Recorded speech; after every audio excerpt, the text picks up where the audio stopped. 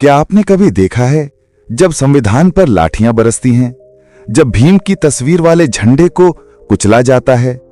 देवरी में आज वही हुआ और उस दिन संविधान ने पहली बार खून देखा।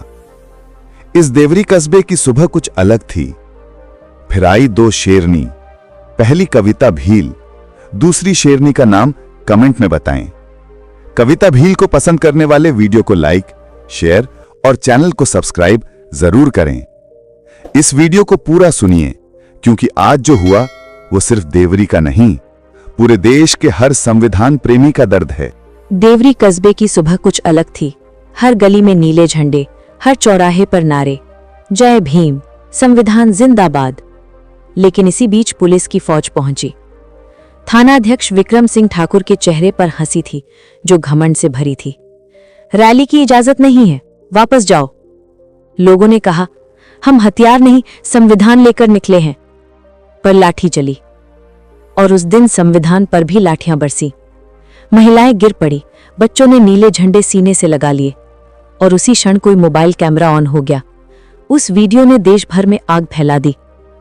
शाम होते होते ट्विटर, फेसबुक, इंस्टाग्राम सब पर एक ही हैशटैग, दलित रैली बीटन, कॉन्स्टिट्यूशन क्रश्ड।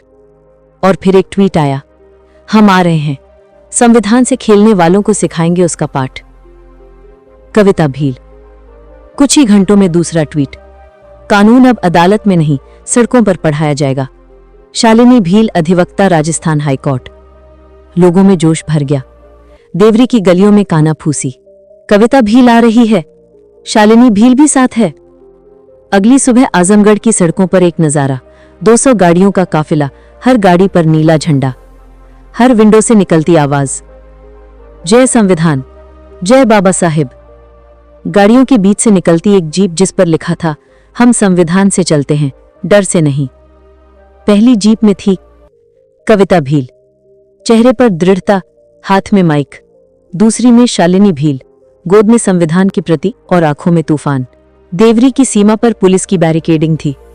थानाध्यक्ष विक्रम सिंह चीखा, कोई आगे नहीं बढ़ेगा। देवरी की सीमा पर हवा थम गई थी।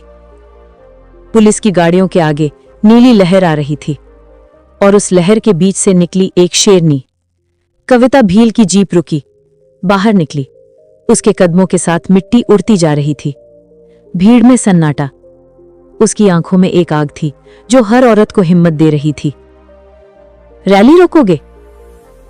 संविधान की धारा 19(1)(b) जानो ठाकुर साहब, हमें बोलने, रैली करने, इकट्ठा होने का अधिकार है।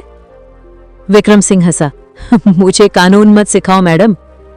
शालिनी आगे बढ़ी, हाथ में संविधान खोलते हुए कहा, धारा 21 भी पढ़ लो। हर नागरिक को जीवन और स्वतंत्रता का अधिकार है और जो इसे रोकता है वही अपराधी कहलाता है। पुलिस ने आगे बढ़कर रास्ता घेर लिया।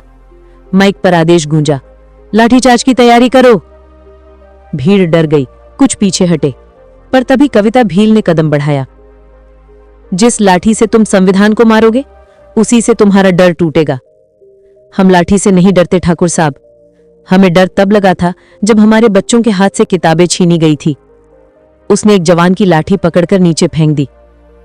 ये हथियार नहीं, डर का प्रतीक है, अब ये नहीं चलेगा।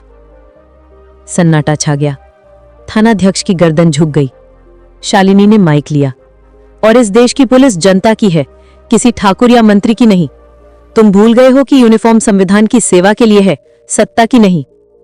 विक्रम सिंह ने गुस्से में कहा, तुम्हें गिरफ्तार किया जाएगा। कविता ने ठंडे स्वर में कहा, गिरफ्तारी का हक तुम्हारे पास नहीं है जब अपराध संविधान बोल रहा हो, और अगर हमें गिरफ्तार करोगे तो तुम्हें जनता गिरफ्तार करेगी, इतिहास के न्यायालय में। भीड़ तालियों से गूंज उठी, नारे गूंजे, जय भीम, संविधान जिंदाबाद। डीएम मौके पर पहुंचे, चेहरा तनाव से भरा। कविता जी, शालिनी जी, हालात बिगड़ रहे हैं, आप पीछे हटे।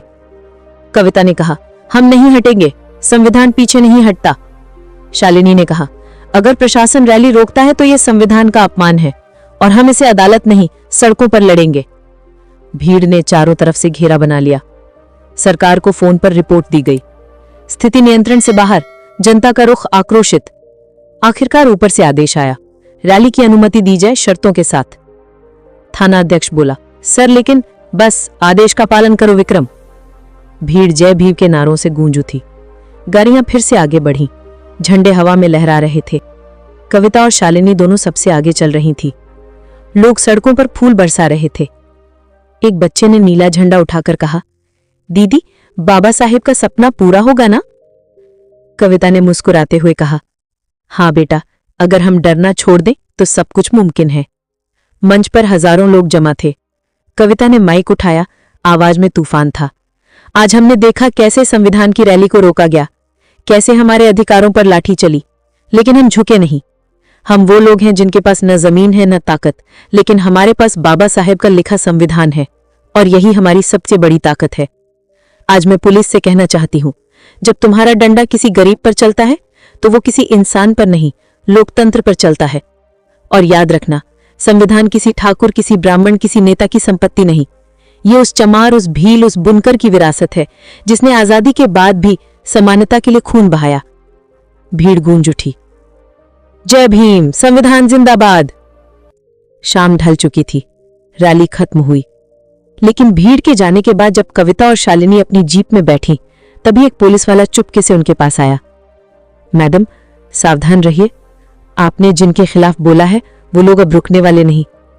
कविता मुस्कुराई, हम भी नहीं रुकेंगे। गाड़ी बढ़ी, लेकिन पीछे एक आदमी दीवार पर लिख रहा था, अगला निशाना कविता भील। काला पर्दा गिरता है, म्यूजिक उभरता है। लड़ाई अभी बाकी है।